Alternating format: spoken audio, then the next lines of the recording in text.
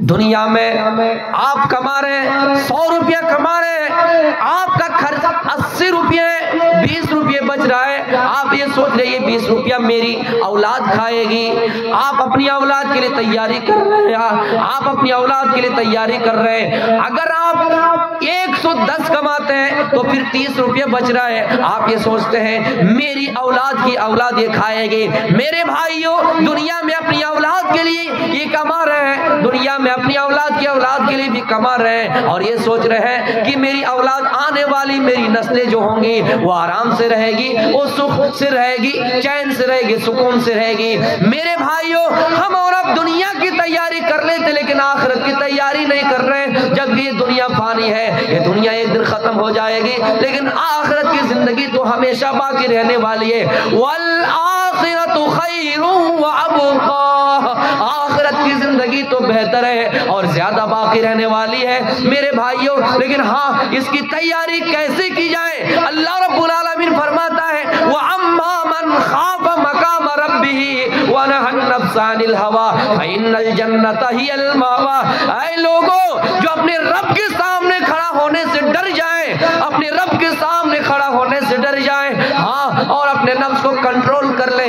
اللہ رب العالمین فرماتا ہے اپنے نفس کو کنٹرول کر لے، فَإِنَّ الْجَنَّةَ هِيَ الْمَأْوَىٰ، اس کا ٹھکانہ جنت ہے، اس کا ٹھکانہ جنت ہوگی۔ میرے بھائیوں، نفس کو کنٹرول کرنا ہے، یہ نفس جو انسان کا سب سے بڑا دشمن ہے، اس نفس کو کنٹرول کرنا ہے۔ اگر ہم نے نفس کو کنٹرول کر لیا تو ہمارا ٹھکانہ جنت ہے۔ دنیا کی تیاری کیا ہے؟ اپنے نفس کو کنٹرول کرنا ہے۔ محاسبہ نفس کا محاسبہ میرے بھائیوں، نفس کا محاسبہ یہ کہ ہمیں اپنے نفس کو کنٹرول کرنا ہے۔ سب سے بڑا دشمن ہمارا نفس ہے۔ شیطان کھلم کھلا دشمن ہے، لیکن شیطان سے بھی بڑا دشمن ہمارا نفس ہے۔ اس نفس کو اگر ہم کنٹرول کر لیے میرے بھائیوں تو ہم غلط کاموں سے بچ جائیں گے۔ نفس یہ کہتا ہے کہ تم برائی کرو، نفس یہ کہتا ہے کہ تم چوری کرو، نفس یہ کہتا ہے کہ تم زنا کرو۔ ہم نفس کو اگر کنٹرول کر لیے، تھوڑی دیر کے لیے زنا کرنے کے لیے چلے گئے، چوری کرنے کے لیے چلے گئے، لیکن خوف پیدا ہوا، خوف خدا پیدا ہوا، اللہ کا ڈر پیدا ہوا۔ میری ماں و بہنوں، ذرا اس موضوع کو غور سے سنیے گا، میرے پیارے ساتھیوں، خوف خدا پیدا ہوا، چل کر گئے زنا کرنے کے لیے، چل کر گئے چوری کرنے کے لیے، لیکن چوری کرنے کے وقت خدا کی یاد آئے اور یہ دل میں سوچ ہوئی، دل میں یہ ڈر پیدا ہوا، ان بطش ربک لشدید، قیامت کے دن رب کی تو پکڑ بہت بڑا سخت ہوں گے، رب کی پکڑ تو بڑی سخت ہوں گے، اللہ رب العالمین کی پکڑ بڑی سخت ہوگی، ان کی پکڑ سے ہم کیسے بچ سکتے ہیں؟ میرے بھائیوں، چوری کی دنیا کی سزا یہ کہ 2 سال اگر آپ کو جیل میں رکھ دیے پھر بھی آپ کو نجات مل جائے گی۔ ہم نے شراب پی لی، تھوڑی دیر کے لیے گورنمنٹ قانون لگائے، پھر اس کے بعد رہا ہو جائیں گے، لیکن رب کی پکڑ سخت ہے۔ اللہ رب العالمین فرماتا ہے کہ میری پکڑ سخت ہے۔ میرے بھائیوں، اگر نفس آپ کو یہ کہہ کے چلو چوری کرتے ہیں، اگر آپ چل بھی گئے لیکن کنٹرول کر لیے کہ نہیں کریں گے چوری، اللہ دیکھ رہا ہے میرے پیارے ساتھیوں، اللہ دیکھ رہا ہے۔ اگر یہ ڈر پیدا ہوا، وہاں سے چل دی، اپنے نفس کو کنٹرول کر لیا، نفس کی غلامی سے آزادی مل گئی، نفس کی غلامی سے آپ آزاد ہو گئے، تو اللہ فرماتا ہے ایسے لوگ جو اپنے نفس کی غلامی سے آزاد پا لیا، اپنے آپ کو اپنے نفس کی غلامی سے آزاد ہو گئے، فَإِنَّ الْجَنَّةَ هِيَ الْمَأْوَىٰ، اس کا ٹھکانہ جنت ہے۔ اے لوگوں، اگر اپنے نفس کو اطمینان کر لیا، اپنے نفس کو مطمئن کر لیا، اور یہ دل میں تمنا اور یہ دل میں پورا یقین ہو گیا کہ ہم نے اپنے نفس کو مطمئن کر لیا ہے، ہم نے اپنے نفس کو اطمینان کر لیا ہے، ہم نے گناہ کے کام کیے ہی نہیں، ہمارا اطمینان ہو گیا، تو اللہ فرماتا ہے یا ایتھا النفس المطمئنہ، اے اطمینان والی روح، اے اطمینان والے نفس، ارجی الی ربک راضیۃ مرضیہ، اپنے رب کے پاس لوٹ جا اس حال میں کہ تو بھی اس سے راضی اور وہ بھی تجھ سے راضی، فادخلی فی عبادی، اور پھر میرے بندوں میں داخل ہو جا، وادخلی جنتی، اور پھر میرے جنت میں داخل ہو جا۔ میرے پیارے ساتھیوں، لیکن اپنے نفس کو کنٹرول کرنا ہے۔ انسان کا سب سے بڑا دشمن نفس ہے۔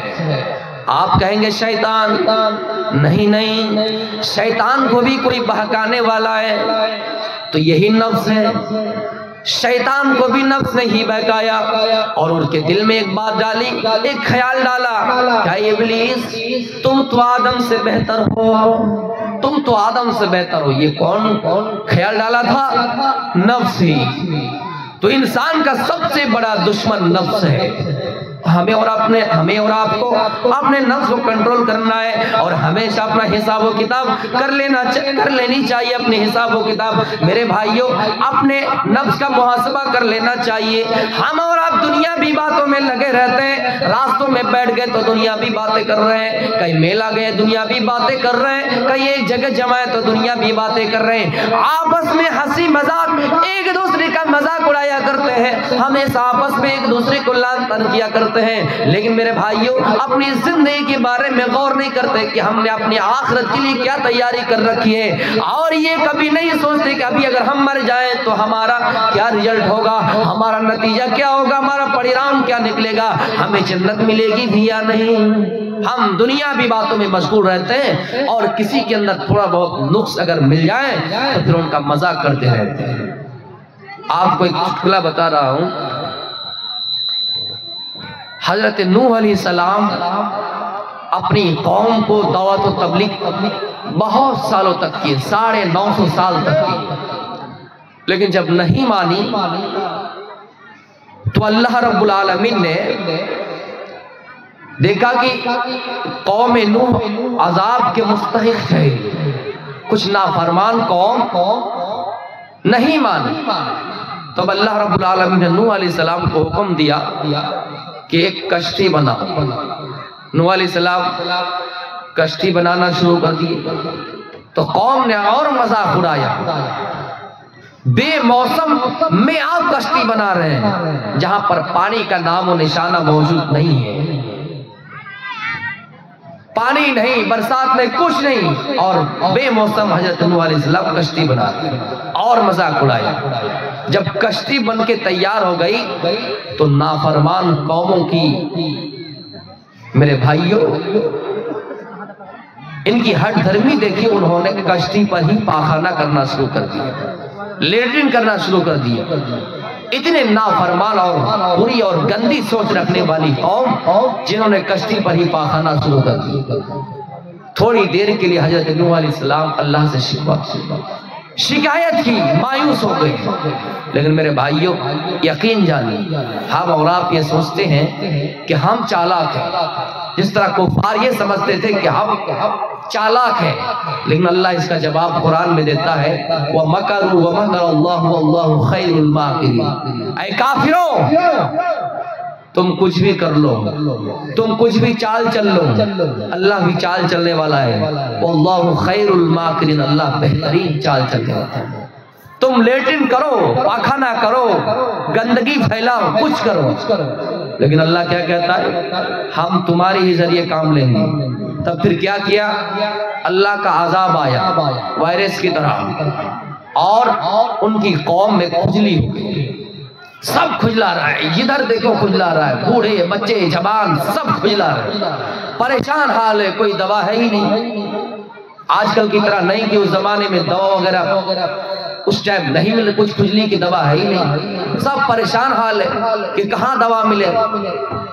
ایک مرتبہ ایک آدمی کشتی کے کنارے ہی, ناؤ کے کنارے ہی جا کر بیٹھ گئے پاخانہ کرنے کے لیے. جب بیلنس گڑبڑایا یہ جا کے پاخانہ میں گر گیا, یہ جا کے لیٹرین میں گر گیا, اور جیسے لیٹرین میں گرا اس کی کھجلی ختم. یہ سوچ لگے کون سی دوا ہے, عجیب دوا ہے. تب اس کو یقین نہیں ہوا, تھوڑی دیر کے لیے پاخانہ اٹھایا اور ملتا گیا اپنے جسموں سے, جہاں جہاں لگاتا وہاں ان کی کھجلی ختم. اب انہوں نے آواز دی محلے والوں کو, دوڑو کھجلی کی دوا مل گئی. سارے لوگ آئے, کہاں ملی؟ بولا کہ پاخانہ اٹھائیے اور لگائیے, کھجلی ختم. سب اٹھانا شروع کر دیا. میرے بھائیوں دیکھتے دیکھتے پورا پاخانہ صاف ہو گیا. تو اللہ کہتا ہے واللہ خیر الماکرین, کہ ہم بہترین چال چلنے والے ہیں. کافروں, نالائقوں, مشرکوں, تم یہ سمجھ رہے ہو کہ پاخانہ سے ہم کشتی بھر دیے؟ نہیں, ہم اللہ ہے بہترین چال چلنے والے ہیں, تمہارے ذریعے ہی ہم پاخانہ صاف کروا دیں گے. تو میرے بھائیوں میری تقریر کا مطلب یہ ہے, موضوع کا مطلب یہ ہے کہ ہم آپس میں ایک دوسرے کا مذاق اڑاتے ہیں. کوئی کیا کر رہا نہیں کر رہا السلام اس کا مذاق اڑاتے ہیں، اسی ٹائم کو اگر ہم اپنی زندگی کے بارے میں لگائیں اور غور کریں کہ ہم اپنی زندگی کے لیے کیا کر رہے ہیں، تو میرے پیارے ساتھیوں اس سے فکر آخرت پیدا ہوں گی، اللہ کا ڈر پیدا ہوگا۔ ہم راستوں میں بیٹھتے ہیں اور بیٹھنے کے بعد ایک دوسرے کی برائی کر رہے ہیں، ایک دوسرے کی غیبت کر رہے ہیں، لعن طعن کر رہے ہیں۔ اللہ کے نبی فرماتے ہیں اے لوگوں راستوں میں مجلس جمانے سے بچو، اللہ کے نبی کہہ رہے ہیں کہ راستوں میں بیٹھنے سے بچو۔ صحابہ کرام فرماتے ہیں اللہ کے نبی ہم اس جگہ پہ بیٹھ کے قرآن و حدیث کی باتیں کر رہے ہیں، ہم اس جگہ پہ بیٹھ کے جائز باتیں کر رہے ہیں، تو اس میں پھر برائی کی کیا بات ہے؟ ہم راستے میں کیوں نہ بیٹھے؟ میرے پیارے ساتھیوں اللہ کے نبی فرماتے ہیں آئے میرے صحابہ میرا مطلب یہ کہ جب راستوں میں بیٹھو تو راستوں کا بھی حق ادا کر دیا کرو، جس جگہ پہ مجلس جماؤ اس جگہ کا حق ادا کر دیا کرو۔ صحابہ نے پوچھا اللہ کے نبی اس جگہ کا حق کیا ہے؟ اس جگہ کا حق کیا ہے؟ تو اللہ کے نبی فرماتے ہیں اے میرے صحابہ اس جگہ کا حق یہ ہے کہ اگر کوئی بھٹکا ہوا شخص راستے سے گزرے تو تم ان کو راستہ صحیح دکھاؤ، اگر کوئی بے نمازی ہے تو ان کو نماز کا حکم دو، اس کو نماز پڑھنے کہو، اگر کوئی چوری کرتا ہے تو تم اسے روکو، کوئی برائی کرتا ہے تو تم اسے روکو، اگر کوئی وہاں سے گزرے تو تم اس کا مذاق نہ اڑایا کرو، ہنسی مذاق نہ کیا کرو، ہو سکتا ہے کہ وہ تم سے بہتر ہو، اس لیے کسی کا آپس میں مذاق نہ اڑایا کرو۔ راستوں میں بیٹھو لیکن راستے کا حق ادا کر دیا کرو، اور حق یہ ہے کہ تم لوگوں کو اچھی باتیں کیا کرو، نصیحت کی باتیں کیا کرو، لوگوں کو قرآن و حدیث سے جوڑو، لوگوں کو راہ اسلام سے جوڑو، لوگوں کو اللہ کی عظمتیں بتلاؤ، قرآن کی عظمتیں بتلاؤ۔ میرے پیارے ساتھیوں لیکن ہم ہیں جو اپنی آنکھوں سے لوگوں کو غلط نظروں سے دیکھتے ہیں، لوگوں کو حسد بھری نظروں سے دیکھتے ہیں اور ان کانوں میں چغلی کی باتیں سنتے ہیں۔ میرے بھائیوں اللہ کے رسول صلی اللہ علیہ وسلم فرماتے ہیں اے لوگوں استحیوا من اللہ حق الحیا، تم لوگ اللہ تعالیٰ سے شرم کرو جیسا شرم کرنے کا حق ہے۔ صحابہ کرام فرماتے قلنا یا رسول اللہ، اے اللہ کے رسول لنستحی ان لنستحی، ہم تو اللہ رب العالمین سے شرماتے ہیں۔ اللہ کے نبی فرماتے ہیں اے میرے صحابہ اس طرح مت شرماؤ جس طرح تم سمجھ رہے ہو، بلکہ اس طرح شرماؤ جس طرح شرمانے کا حق ہے، اس طرح شرماؤ جس طرح حق ہے۔ اللہ کے نبی فرماتے ہیں اس شرم کا مطلب یہ ہے ان تحفظ الراس، کہ تم اپنے سر کی حفاظت کرو۔ اللہ کے رسول کیا کہہ رہے ہیں کہ تم اس طرح اللہ تعالیٰ سے شرماؤ جس طرح اس کا حق ہے۔ صحابہ کہہ رہے ہیں کہ ہم تو شرما رہے ہیں، اللہ تعالیٰ سے شرما رہے ہیں کہ اللہ کی ذات ہمیں دیکھ رہی ہے۔ صحابہ کرام سے کہہ رہے ہیں اللہ کے رسول اے میرے صحابہ یہ مطلب نہیں ہے جو تم سمجھ رہے ہو، بلکہ مطلب یہ ہے کہ تم اپنے سر کی حفاظت کرو، اور سر کے اندر جو چیزیں اس کی بھی حفاظت کرو، یعنی کان کی حفاظت کرو، کان سے کسی کی غیبت نہ سنو، کان سے کسی کی چغل خوری نہ سنو میرے بھائیوں، کان سے کسی کی برائی نہ سنو، ہاں اور اپنی آنکھوں کی بھی حفاظت کرو کہ آنکھوں سے کسی کو حسد بھری نظروں سے نہ دیکھو، آنکھوں سے کسی کو چھوٹا پن نہ سمجھو میرے بھائیوں، اور اپنے پیٹ کی حفاظت کرو، اور پیٹ کے اندر جو چیزیں اس کی حفاظت کرو، مطلب یہ ہے حلال کھاؤ اور حرام سے بچ جاؤ۔ میرے پیارے ساتھیوں محاسبہ نفس یہ ہے کہ اپنے پیٹ کا بھی جائزہ لیجئے کہ ہم پیٹ میں کیا کھا رہے ہیں کیا نہیں کھا رہے ہیں، کون سا کھانا ہمارے لیے حلال ہے، کون سی غذا ہمارے لیے حرام ہے، اس کا بھی ہمیں اور آپ کو احساس کرنا چاہیے۔